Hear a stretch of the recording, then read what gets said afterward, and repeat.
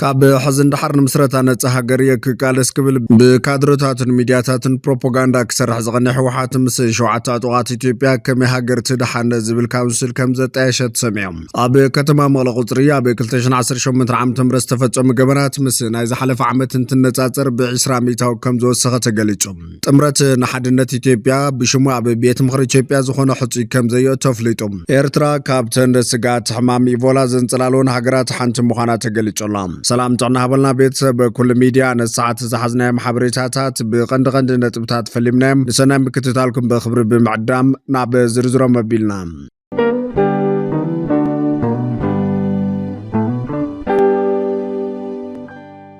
اب كتما مغل قطريا ب 2018 عام تمرت سفصم جبنات مس ناي زحلف عامت تنጻጽር ب20 ሚታው كم زوسخ ተገሊጾም اب زحلف شعات وارح استفصم 289 كبرت جبنات وسانه كم زرخب بصحفه عقاب حق ختما مغل ገሊጾም حلافي بصحفه عقاب حق ختما مغل ايت تادس بايرو مس تلفزيون تግራይ بزنبر ጻንሒት اب مغل بزحلف شعات وارح 927 كبرت جبنات ዝርከብዎ 3078 بزاግብ تخص قريبهم كلتميت سمنان شعاتن كبرت جبنات كاب 10 عامت كساب ما 10 عدم لكع فردي بمهاب معلب خمد رخب قليصم بسنك حضرت بجت تخصصتن مسخاخرنا بمغابيا كقربو بزي مخالوم جبنات قلطف معلب خرخبون اي كالون كبل زغلصت حلافز يوم دما حبرتسب بخول اغلغلت فتحن خيركب محنقوتات كم زنبر حبيرم قدرا ب 2018 عام تمرس تفصم جبنات مس ناي زحلف عامت انت نጻጽር ب20 ሚታው كم زوس خز غلص ايتتادس بايرو جبنن سغات جبنن منكاي بقصالنت اكلات فتحي مس حبرتسب بمغوداد كم سراح حبيرم كبل صبصبه تግራይ تلفزيون كاب زبتوسخ دحر خوينات تግራይ اب كتما مغل حويسا بستفلالي كابتاتن كتماتاتن تግራይ زفصم جبناتن سرعات البونينتن كم بستبراخه دما صبصباچ ملاختهم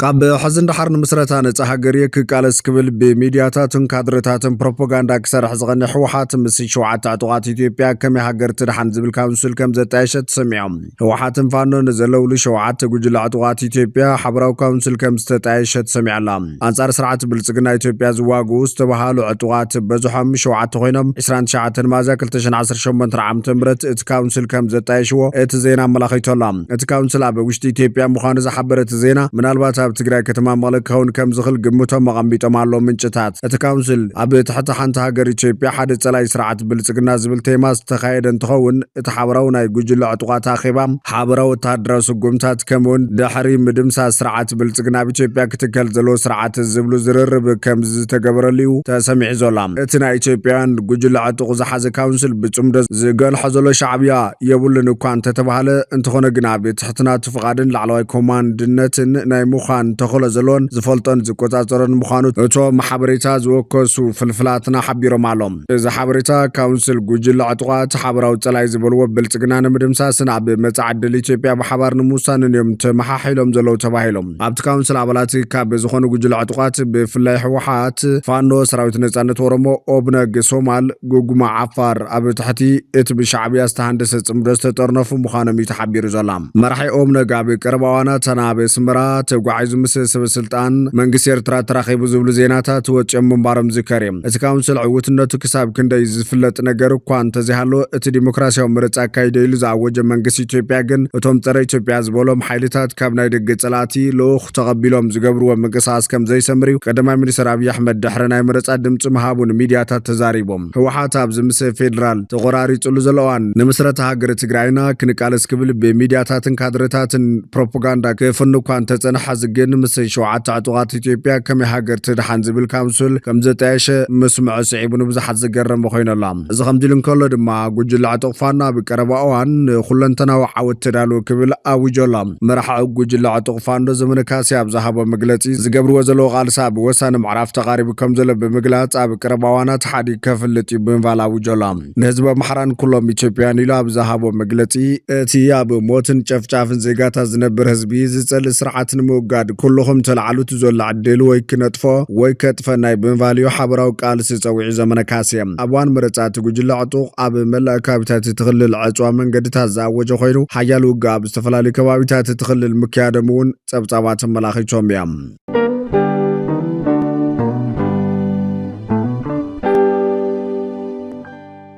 ጥምረት ንሓድነት ኢትዮጵያ ብሽሙ ኣብ ቤት ምክሪ ኢትዮጵያ ዝኾነ ሕፁ ከም ዘየተፍልጦም ኣብ ሸውዓ ሓፈሻዊ ምርጫ ኢትዮጵያ 1053 ሕፁያት ዘቕረበት ጥምረት 5 ፖለቲካዊ ውድባት ዝሓቆፈ ሓድነት ኢትዮጵያ ብመስርሕ ምርጫ መሰረታዊ ጉድለታት ዝነበረን ትርጉም ዘለዎ ህዝባዊ ተሳትፎ ብዘይምህላው ነቒፎም እቲ ንባይቶ ወከልቲ ህዝቢ 226 ሕፁያት ንቤት ምክሪ ዞባታት ድማ 827 ሕፁያት ዘቕረበት ጥምረት ብዙሓት ብድሆታት ዘይተማሉ ቅድመ ኩነታት ከምውን ኣብቲ መስርሕ ብዙሓት ጉድለታት ብምጥቃስ ናብቲ መረፃ ከም ዝኣቶ ገሊፆም እቲ ጥምረት ድሕሪ መረፃ ኣብ ዘውፅኦ መግለፂ ኣብ ዘተን ድርድርን ዝተመስረተ ፖለቲካዊ ኣተሓሳስባን ምስፋን ኣብቲ መረፃ ከም ዝተሳተፈ መሰረታዊ ሃገራዊ ፀገማት ብዘተ ብድርድርን ብዕምቆት ዘተን ክፍትሓለዎ ከምውን ዕብለላ ሓሳባት ዝተሓላለኹ ፀገማት ንምፍታሕ ቁልፊ እዩ ዝብል እምነት ከም ዝነበረ ገሊፆም እቲ ጥምረት ወሲኹ ኣብቲ መስርሕ ዝገበሮ ተሳትፎ ነቲ ኣብቲ መስርሕ ዘሎ ጭቡጥ ጉድለታት ንምቅላዕ ዝዓለመ ምዃኑን ተሳትፎ ድማ ኣብ ውሕዳት ዝተወሰነ ዓቕሚ ዘለዎ መረፃ ክልላት ከም ዝገደቦ ገሊፆም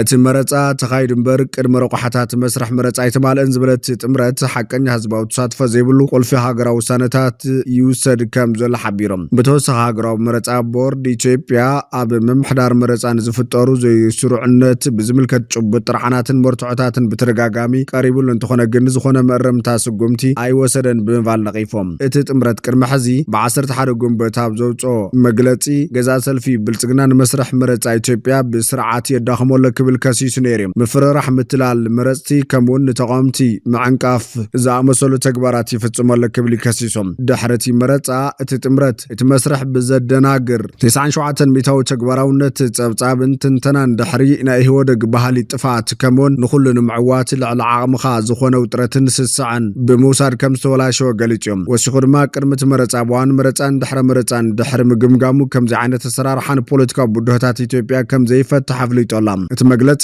ውፅኢት ብዘይገድስ ብሽምቲ ጥምረት ዝኾነ ይኹን ሕፁይ ናብ ዝኾነ ባይቶ ኣያትን ብምባል ከምዚ ዓይነት ኣሰራርሓ ፍጹም ተቐባልነት ዘይብሉ ክኸውን ኢሎም እቲ ጥምረት ነቲ መስርሕ ክነፅጎ እንከሎ ትካላት መረፃን ሰበስልጣንን ግን ነቲ መረፃ ብትሕቲ ኣፀጋሚ ኩነታት ንምክያድ ዝገበርዎ ፃዕረ ፍሉጦ ሂቡ ጥምረት ንሓድነት ኢትዮጵያ እዚ ናይ ሓሶት መረፃ ክብል ዝገለፆ ስርዓት ልዕልና ህዝቢ ዘኽብር ስርዓት ክሳብ ዝትካእ ፖለቲካዊ ቃልሲ ከም ዝቕፅል ብምግላፅ ኣብ ቀረባዋን ሰላማዊ ቃልሲ ብተሳትፎ ህዝቢ ዝካየድ ዝርዝር ፍኖተ ካርታ ከም ዝርግሕ ኣፍሊጦም እዚ ንሓሙሽተ ውድባት ዝሓዘ ጥምረት ኣብ ልዕሊ ንጹሃት ዜጋታት ዝፍፀም መጥቃዕቲ ደው ክብል ፀዊዑ ኣሎ ኣብ ልዕሊ ዝተፈላለዩ ዞባታት ብፍላይ ድማ ብክልል ኣምሓራ ዝረአ ዘሎ ዕንክሊል ዓመፅ ዘሰክፍ ደረጃ ከም ዝበፅሐ ጠንቂቖም ማሕበረሰብ ዓለም ዲፕሎማስያዊ ኣካላት ዓለም ለኸ ሚድያታት ፖለቲካዊ ኩነታት ኢትዮጵያ ብቐረባ ክትከታተሉ ጥሕሰት ሕጊ ክትእርሙ ኣብ መንጎ ተቐናቐንቲ ሓይልታት ፖለቲካዊ ዝርርብ ክካየድ ፀቐጥ ክትገብሩ የተሓሳስብ ኢሎም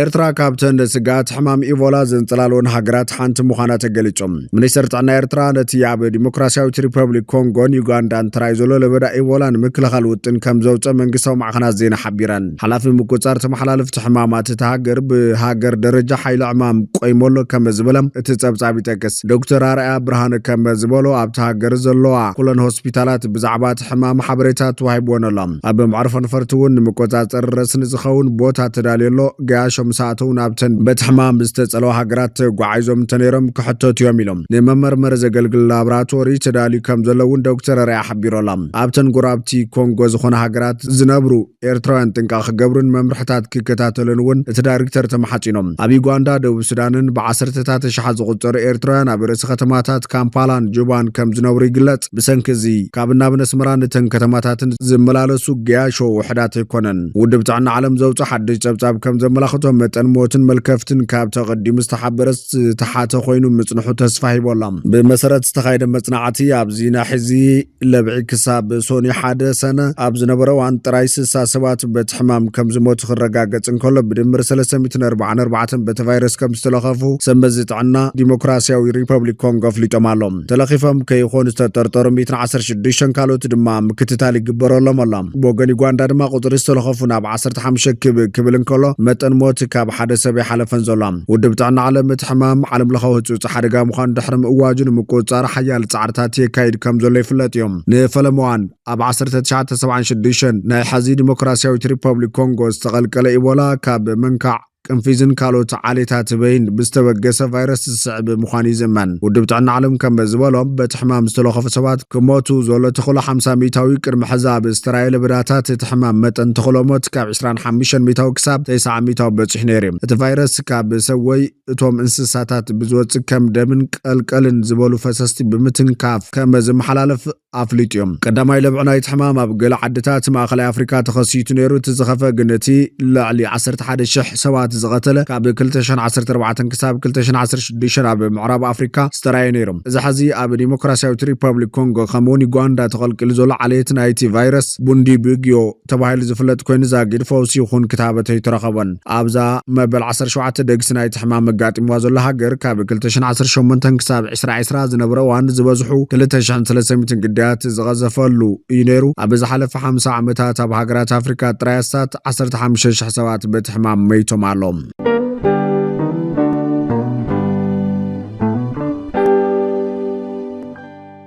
ኣሜሪካ ክሳብ 340,000 ኬሚካዝ ዝዓይነተን ሰብ ኣልቦ ነፈርቲ ድሮናት ከተፍርያ ተባሂሎም ሚኒስተር ምክልኻል ኣሜሪካ ፔንታጎን ብዙሕ ቁጥሪ ዘለዎን ትሑት ዋጋ ዘለዎንን ሓደ ሻዕ ጥራሕ ኣብ ጥቕሚ ዝውዕላ ሰብ ኣልቦ ነፈርቲ ንምፍራይ ዝሓንፀፆ መደብ የቀላጥፎ ከም ዘሎ ይግለጸሎ ሚኒስተር ምክልኻል እቲ ሃገር ኣብ 2027 ቁጥሪ ሰብ ኣልቦ ነፈርቲ ካብ 300,000 ናብ 340,000 ንምዕባይ ይሰርሐሎ እዚ ሓድሽ ስትራቴጂካዊ ተበግሶ ካብቲ ኣብ ዩክሬንን ማእኸላይ ምብራቕን ዝተፈጸመ ግጭታት ወተሃደራዊ ተመክሮ ዝወሰደ ኣብዞም ግንባራት እዚኣቶም ዘን ትሑት ዋጋ ዘለዎን ሰብ ኣልቦ ነፈርቲ ታንክታት ምዕቡል ስርዓታት ምክልኻል ኣየርን ካልእ ብሚልዮናት ዝቑፀር ስትራቴጂካዊ ወተሃደራዊ ንብረትን ናይ ምድምሳስ ዓቕምን ብተደጋጋሚ ርየንን ፔንታጎን ብመሰረት ዝሓድሽ መደብ ንነፍሲ ወከፈን ካብ 2,300 ክሳብ 5,000 ዶላር ዝዋገን ሰብ ኣልቦ ነፈርቲ ንምፍራይ መደብ ኣለዋ እዚ ድማ ሰራዊት ኣሜሪካ ነተን ሰብ ኣልቦ ነፈርቲ ብበዝሒ ኣብ ዓውደ ውግእ ከዋፍረን ከም መለዋወጢ ኣፅዋር ክጥቀመለንን ዘኽእሎ እዮም ምፍራይ ንምቅልጣፍን ምስቲ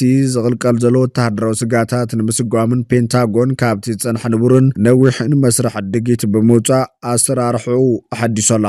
ኣብዚ ዓብዪ ወተሃደራዊ ውዕል ንጀመርቲ ትካላት ኪላታት ውድድር ሰብ ኣልቦ ነፈርትን ሲቪላውያን ኩባንያታት ቴክኖሎጂን ኣፍ ደገ ከፊትሎም ኣሎ